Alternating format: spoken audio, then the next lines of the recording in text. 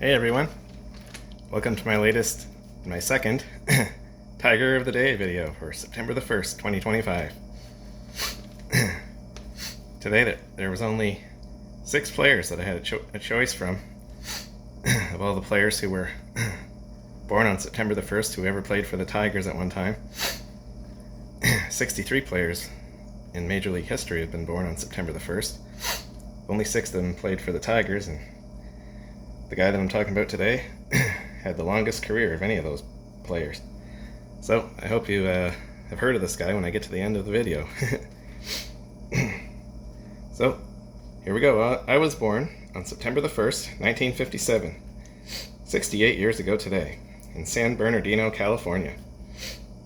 I attended Dwight D. Eisenhower High School in Rialto, California, and then both the University of California, Los Angeles, better known as UCLA Bruins, and the University of La Verne in La Verne, California. That team was known as the Leopards. I played for the baseball team in both of those universities. I was first drafted out of high school by the Philadelphia Phillies in the 19th round of the 1975 Major League Baseball June Amateur Draft on June the 3rd, but I didn't sign, choosing to go to college. I would, however, eventually play for the Phillies later in my career.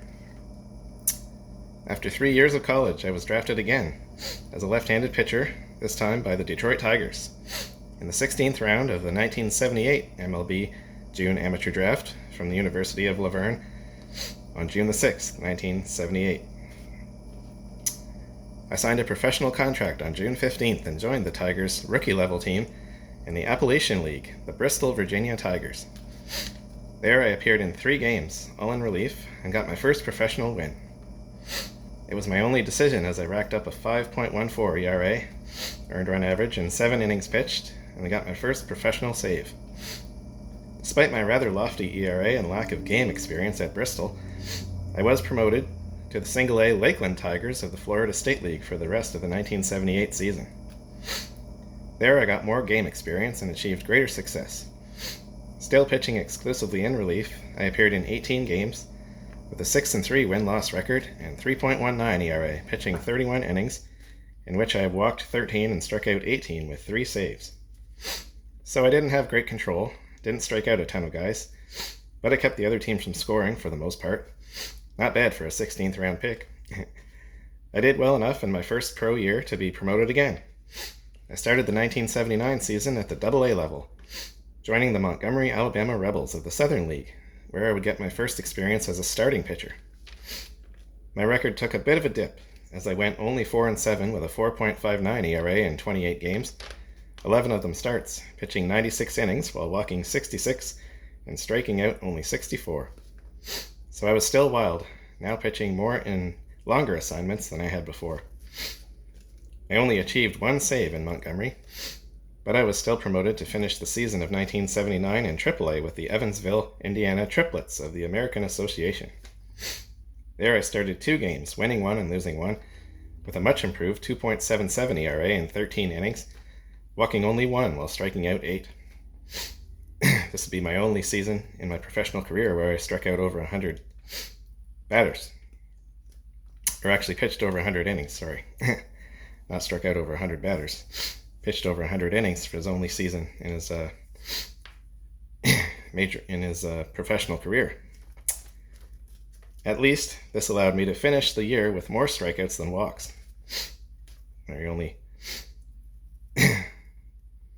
The next year, 1980, I spent the entire season back with Evansville, going 7-8 with a good 3.42 ERA, making my most appearances yet, 52, mostly in relief, only 6 starts. I established career highs in saves with 6 and wild pitches with 5. Not the greatest stat, but control was still my biggest problem, as I walked nearly as many as I struck out. 52 walks, bases on balls, versus 53 strikeouts. I did nearly equal my career high in innings pitched, I had 92, but I would never again pitch over 100 innings in a season, as I had in 79. 1981 was to be the year when I made the biggest jump of all. Beginning the season, Going north with the big team, the big club, I made my Major League debut for the Detroit Tigers on April 12th at Tiger Stadium against the Toronto Blue Jays in a 6-2 Detroit loss. On that Sunday afternoon, before a small crowd of 9,950 fans, I entered the game in the top of the 8th inning, wearing uniform number 49, in relief of Kevin Saucier, who himself had relieved our starter that day, Howard Bailey, an inning before. We were already down 6-0 when I came in, and the first guy I faced, John Mayberry, singled to left field in front of Steve Kemp. My catcher was Lance Parrish. I recorded my first Major League out on the next batter, Otto Velez, when he popped up to our shortstop, Alan Trammell, and my first strikeout on the next one, when Al Woods swung and missed. Lynn Jones hit a 2-run homer for us in the bottom of the 8th. In the 9th, I got him out 1-2-3, throwing to Duffy Dyer, who replaced Parrish, catching. Kemp led off the bottom of the 9th with a single to center, but Richie Hebner grounded back to the pitcher, who started a double play. John Wockenfuss walked, but Al Cowens grounded into a force to end the game. It was our first loss of the season in our 3rd game. A week later, I made what was to be my last Major League appearance of 1981, also against the Blue Jays, this time at Exhibition Stadium in Toronto, when we lost again to the Jays 9-1.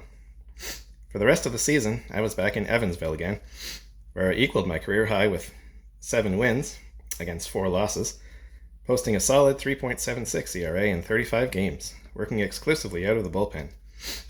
Despite walking more batters than I struck out, 42-36, in 67 innings, I finished 22 games and got 3 saves.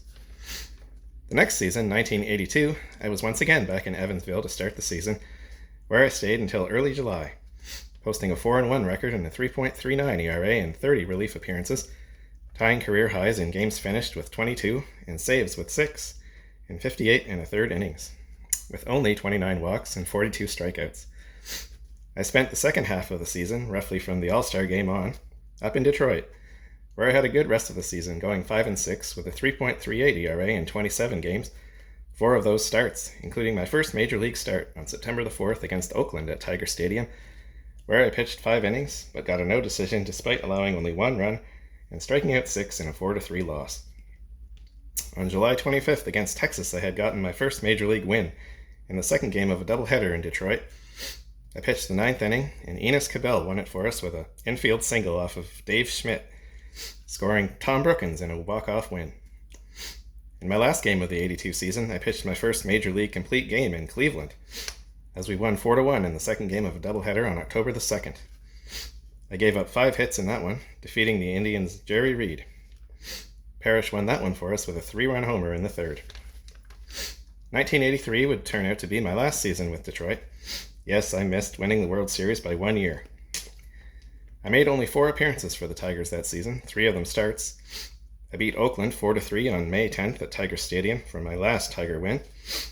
My last appearance in the Old English D was in Toronto, the same team that I broke in against, on May 24th, where I pitched an inning and a third and took the loss in a game the Jays won 7-6. I had once again pitched at AAA Evansville that year, where I went 2-4 with a 3.34 ERA in 18 games, 2 of them starts. I walked 21 and struck out 30 in 29 2/3 innings, becoming quite a strikeout pitcher. From my Tigers career, I won 6 and lost 8, with a 5.14 ERA over parts of 3 seasons, appearing in 33 games, starting 7, pitching 77 innings, walking 32 and striking out 39. My best of those 33 appearances, in terms of longest appearance not allowing an earned run, was on September 23, 1982 in Baltimore, when I relieved Dan Petrie in the 3rd inning, going the rest of the way 6 2/3 scoreless, getting the win 10-5 on a Chet Lemon infield single that scored Larry Herndon off of Sammy Stewart. In addition to 49, I also wore uniform number 18 during my time with Detroit. On July 5th, 1983, I was traded by the Tigers to the St. Louis Cardinals as the player to be named later in a deal made on June 22nd, in which the Tigers received relief pitcher Doug Bear, who would help them win the 1984 World Series. As for me, I got more of a chance to pitch in the big leagues with St. Louis, staying with the Cardinals for the rest of the 83 season, and having a great year, going 5-3 with a 2.43 ERA in 34 games, all in relief. I walked 18 and struck out 22 in 37 innings. 1984 was another great year for me, but as it turned out, my last full year in the majors.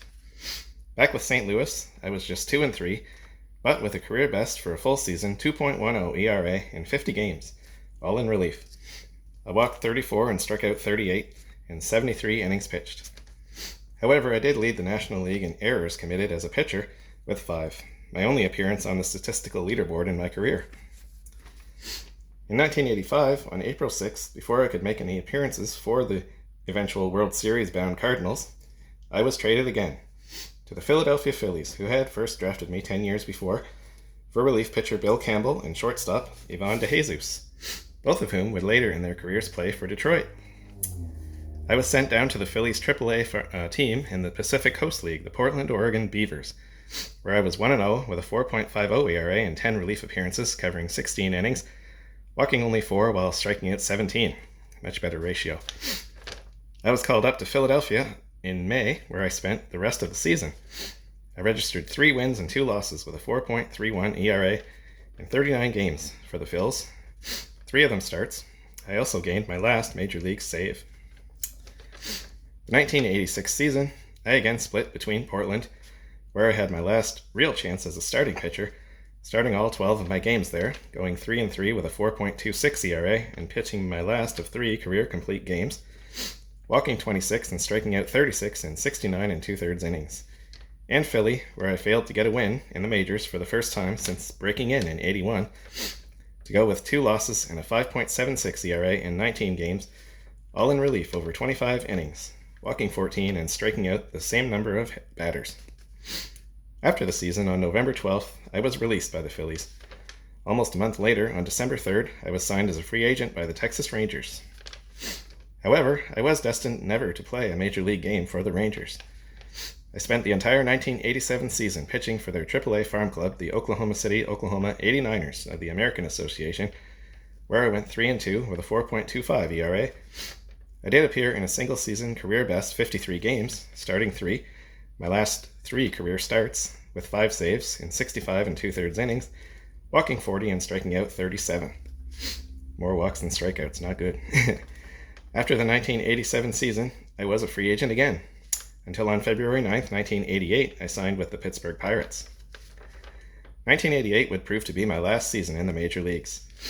The Pirates sent me to their AAA affiliate at the beginning of the season, the Buffalo, New York Bisons of the American Association, where I was 0-1 with a career low for any team, 0.88 ERA and 16 relief appearances over 30 2/3 innings, walking 18 while striking out only 16. From the beginning of June, when I was called up to Pittsburgh, through the end of the 1988 season, I enjoyed my last major league stint. Not start. I went 0-2 with a 4.76 ERA in 31 games, finishing 11 of them, covering 28 1/3 innings with 9 walks and 16 strikeouts. My last major league appearance came on October 2nd at Wrigley Field against the Cubs in an 8-4 Pittsburgh loss. I came on to start the 8th inning in relief of Scott Medvin, faced 5 batters in 2/3 of an inning, allowing a run on 3 hits, walking none and striking out 1. I got Mark Grace swinging at strike 3 for my last major league strikeout.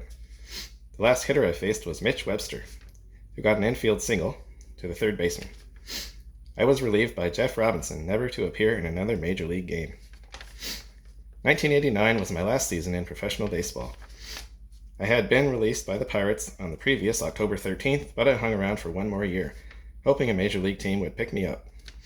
Back down in Buffalo, I did pick up my last professional win and loss, my only decisions in a 24-game relief stint that produced a 4.35 ERA, 13 games finished, my last 2 professional saves, 31 innings pitched, 14 walks, and 18 strikeouts. 4 years after my last major league win, on September 19, 1985, a 6-3 victory over St. Louis at Veterans Stadium with the Phillies, where I beat Matt Keough, that's how they say it, with Don Carmen saving it for me. I was done at the age of only 32, not old at all for a left-hander, or any pitcher for that matter, but lefties seem to pitch to older ages than righties. My final major league statistics read 16 wins, 20 losses, a 3.94 ERA in 206 games with 10 starts and 1 save in 319 and 2/3 innings with 170 strikeouts and 147 walks. Who am I? Did you guys figure out who I am? Dave Rucker. I gotta be honest with you, I would not have guessed Dave Rucker if I had been listening to this presentation here. He came along a little earlier, a little before my time with the Tigers. I didn't start following them till 84, and of course he was gone by then. And he didn't pitch a whole lot later in the 80s when I really started to watch a lot of games, and he was up and down a lot from the minors to the majors and back and forth, so don't remember seeing him play at all, but hope you all enjoyed this little look at one of the old ex-Tigers from back in the 80s, and I'll be doing another one of these, but it might not be a Tiger, because later this week the football season starts, so the next one of these videos that I do on the sports type subject will probably be on a Detroit Lions player. But my next video will be another singing video, and that's going to be another song by Kansas, who my last singing video was about, one of their songs, and that song is Carry On Wayward Son will be the next one that I do.